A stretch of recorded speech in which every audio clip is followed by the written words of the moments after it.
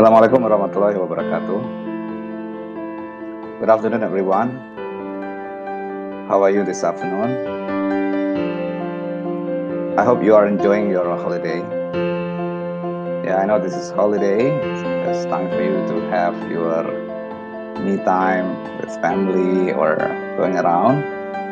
But I deliberately trying to reach you now to present our topic.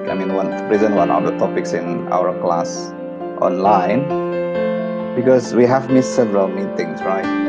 So I'm afraid we are later difficult to catch up the missing classes. So that's why I decided to have this online presentation. So hopefully you can watch this presentation at any time you are available. Okay, before we start, let me remind you at the end of my presentation, there will be an activity for you to follow up. So just a case study for you to think and answer the questions following the case study. So that's why you need to make sure that you watch this video until the end of my presentation. I won't be long. I think it's only going around for about 30 minutes. Okay, so stay tuned. All right, everyone. Today's topic is taken from one of the topics in the reference that I've distributed through Google Classroom. Exactly from Beyond Language book, and the topic is about personal relationship. The personal relationship that I'm going to discuss is in the context of American culture. Although this is only specific to American culture, but I think this topic can also be understood in the context of Western culture in general, because I believe the culture of American society have some similarities with the culture of Western people in general in terms of personal relationship. In this presentation, I'm going to specifically discuss or present personal relationship in the context of friendship. So how do American people define friendship, and how do they get along each other, and what are some practices or values that they maintain in the context of making friendship? All right, now let's start first. How do you define a friend? Do you think that a friend is the one that you always meet every day, for example? Or the one that is always together with you in class? Are they going to be automatically your friend? Can be yes, can be no, right? If we look at dictionary, you will find the definition that a friend or friendship is one attached to another by affection or esteem. So I think the keyword is there is an emotional attachment between you and your friend. Okay. So although you are actually meeting frequently almost every day for some reasons, but if you don't have any emotional attachment, it cannot be considered as a friend from the definition. And specific to American culture, it is quite difficult for them to define what is a friend, because the term or the notion of friend can cover many types of relationship. Why? Because in American culture, they have what they call by circles of friends. So it is common for Americans to have different circles of friends. They can have church friends, which are different probably from their work friends or sport friends. So maybe in the Indonesian context, we have our friend in the mosque, we have our friend in the office. We also have different friends probably in their playing field, like in a football field or in the tennis court. So that's why they have the term like office mate. So this is friends in the workplace.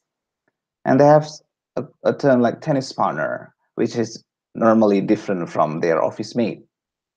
So looking at the term that they use, office mate and tennis partner, this indicates a segregation. Do you know what does it mean? What is a segregation? The segregation is like, the separation of someone from someone else with a clear boundary. In this case, the boundary is the place. So when you have friend in the classroom, you say classmate, and when you have friends, maybe different people in your tennis court, you call it as tennis partner. Okay, and I think this culture is quite similar to our culture as well, right? Because we also have office mate or teman kantor. We also have classmate, teman sekelas, which is different from our office mate, of course. We also have like friends that we normally meet in our football field, for example. We call it teman bermain. So this is also kind of segregation in our practice, having friends in our culture. And how about the term best friend in American culture? What does it mean? Best friend normally relate to two people of the same sex who have known each other for a long time. So in bahasa Indonesia we say this is teman baik atau teman dekat. So this normally relate to two people of the same sex. So it's not from different sex, not about boy and girls. So you can't say a best friend to a girl in American culture because it normally refer to people of the same sex. Okay. Now, in understanding the notion of friendship or personal relationship in American culture, we need to be aware that American, most of Americans are normally mobile people. What do we mean by mobile people? Are, you know, uh, Americans love to move from one place to another place. Even from the data, it shows that approximately 1 out of every 5 American families moves every year. See, every year. So when they are now 30 years old, so they might have moved for 30 times in their life. So you can imagine how dynamic their friendships gonna be. So that's why, because they have been accustomed to moving to new places almost in once in a year. So at the same time, of course, they will develop to be people who can quickly make a friendship with new people. Okay, so they can easily have a new friend. They can quickly have a new friend. All right. So it's going to be different from people who come from culture who tend to stay in one particular place for many years. They seldom to move around, or they even seldom to meet new people. I think this kind of people would probably have difficulties in dealing with new people, and at the same time they will get difficulty in making new friends. But it's not the case of American people. Okay. And because American people are easy to make a new friend, they also tend to be friendly people. So they can greet you very nicely, or they can have a what is it can have a very warm welcome to you, greeting you, say hi, hello, almost every time you meet them. But remember, it can mislead you, yeah, to an understanding that you might think they are really serious to make a deep and very close relationship, but which is in fact not, because what you see is probably many of them are still in very superficial stage. Do you understand what is superficial? Superficial is something only in the surface, not in the deep. of the level of this friendship itself. Okay, so don't expect too much for a new friendship with American. They might be friendly to you, but it doesn't mean they want to make a new friend, because in their culture, friendship and friendliness are not synonymous. They do not always come all together at the same time. So someone can be friendly to you, it doesn't mean they want to be a friend of you. Okay, all right.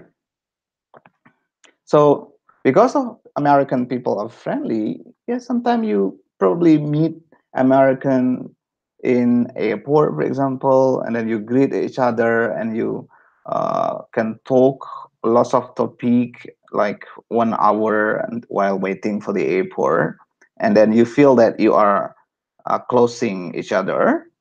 But remember again, do not expect too much for that first encounter, but the warm conversation that you have doesn't guarantee that he or she will be your friend after that. Okay, just because of they like to meet new people, that's it. Okay, and how about this particular topic? It's about male and female relationship. I think this is important for you to understand, guys, because we don't know your future, right? You will probably travel overseas, or you will probably stay in America or in Western countries later, and you'll need to understand how do male and female relate each other in the context of making friendship.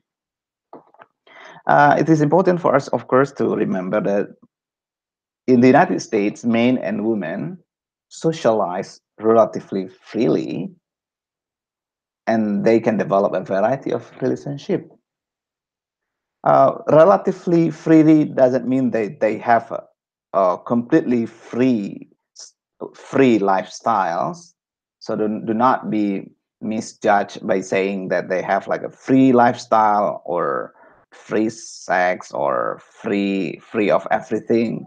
No, of course they respect liberalism, but it doesn't mean that they completely free of doing everything they like. But yes, compared to our culture, in the context of male and female relationship, they tend to be relatively more free than us in the Eastern culture. Okay. So for example, single people of opposite sex may be close friends. They can be a close friend and they can share their personal problems with each other. But remember, sharing and being a close friend doesn't necessarily mean that they have romantic relationship. Okay. All right. So yeah, at least you need to understand this culture. So you don't need to shock when you see people of opposite sex are very close to each other. They are not romantically related, but they are only friends. But they seem to be very close. Okay, because in their culture, yes, they are relatively free in this context. And how about intercultural friendship? What is intercultural friendship? How do American um, build a relationship with non-American people? Yeah, for example, if you are studying in America and you are from Indonesia, which is of course which has different culture from them, how do they uh, get along with you as foreigners? Um, in the case of making friendship with foreigners, Americans may not always be the first one to begin friendship. So they tend to be passive in this context. However, it doesn't mean they don't want to make a friend with you. Okay, they still are friendly and they are still receptive to develop a new friendship with international students like you, but they will not be that active in starting the conversation with you, for example. So for this reason, it's advisable to approach American first in order to initiate friendship. So if you want to make a friend with an American, try to greet them first. Okay, say hello first. Okay, so don't passive. Okay, you can start a conversation or extend invitation. So you need to make the first move. This is sometimes a problem for Eastern people who also tend to be passive because maybe we are shy, we are feeling afraid of making mistake, and then at the same time, American people also tend to be passive in making contact with you as the foreigners. Of course, there will be a gap between you both. So my point is, when you know that Americans tend to be passive in making new friends with foreigners, you need to force yourself, not forcing in negative meaning, but you need to remind yourself, I have to make the first move. I have to greet them first. And believe me, if you greet people, say American or Western people in general, they will normally positively welcome you, or they will normally greet you back positively. And then after that, you can build or you can develop a relationship or make a new friend. And how about the term girlfriend and boyfriend?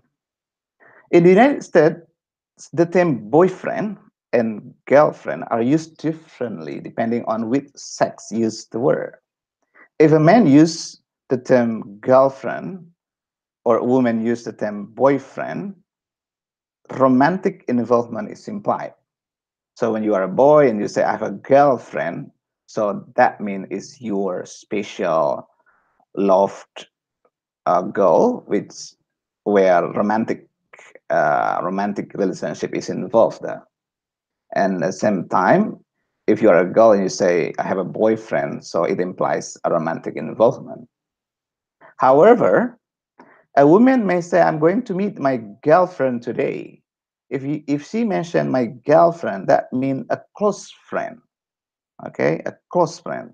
But most male would not say, I'm going to meet my boyfriend. Instead, they would say, I'm going to meet a friend of mine today. So this is the way they express the relationship, whether it is a close friend or a friend with whom they have a romantic relationship. All right, and these are some notes that you need to be aware of when we talk about personal relationship in American culture.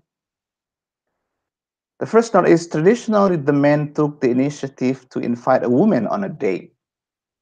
Okay, a date doesn't necessarily mean to have a romantic involvement in this case, but it can also have like an invitation to what is it to invitation to hang out, for example. So traditionally, the men took the initiative to invite a woman. However, this tradition now changed. It is becoming more common for a woman to ask a man out. The invitation does not always imply romantic interest, as I said, but maybe a way of getting to know someone. So I don't know, maybe this is because of women liberation movement. Women now tend to be more active compared to the past time. Do you see the same phenomenon happens here in Indonesia when women, try to be more active in in setting a date? Probably you see some similar phenomena in Indonesia as well. Okay, so women now is changing in some ways. And how about if you have a date and you have, let's say, if you go to a canteen together, men and women, and then you order some food and drink, who will pay for them? Traditionally, men will normally pay for the woman, but now it also changes when the woman is just happy to pay their own bill, and even sometimes some women are just perfectly fine to pay the male meal. Okay, So that's what we call by, or the most or probably the most common practice is go Dutch. You know what is go Dutch? Go Dutch is a term. This one,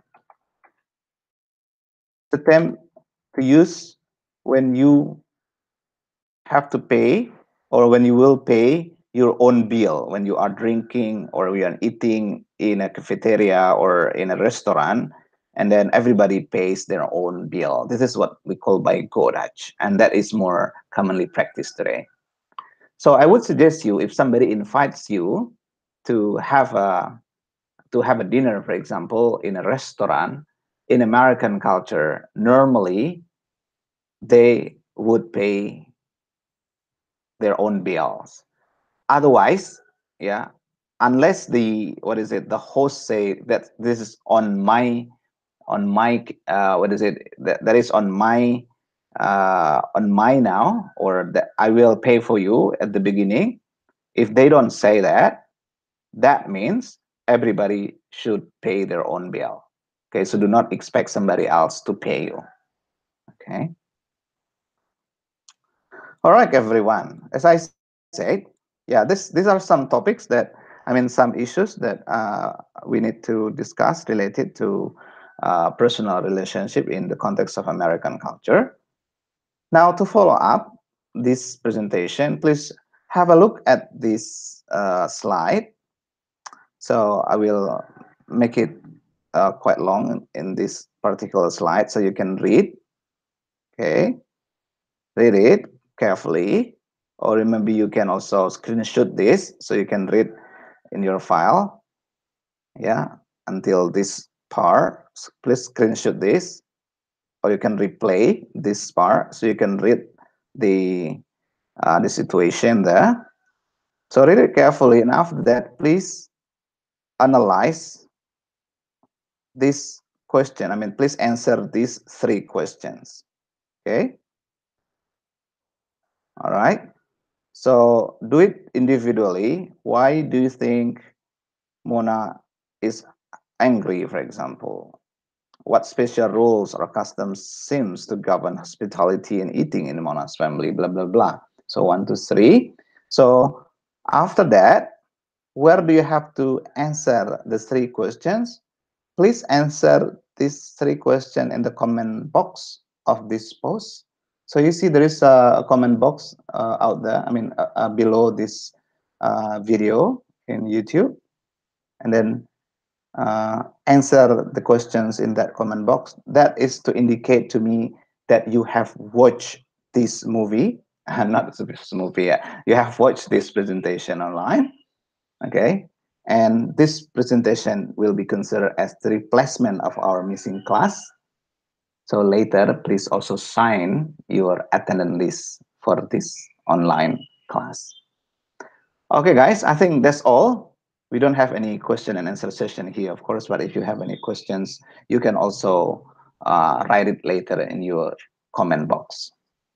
Okay, that's all I think for this presentation. Thank you for listening to me. And again, enjoy the rest of your holiday.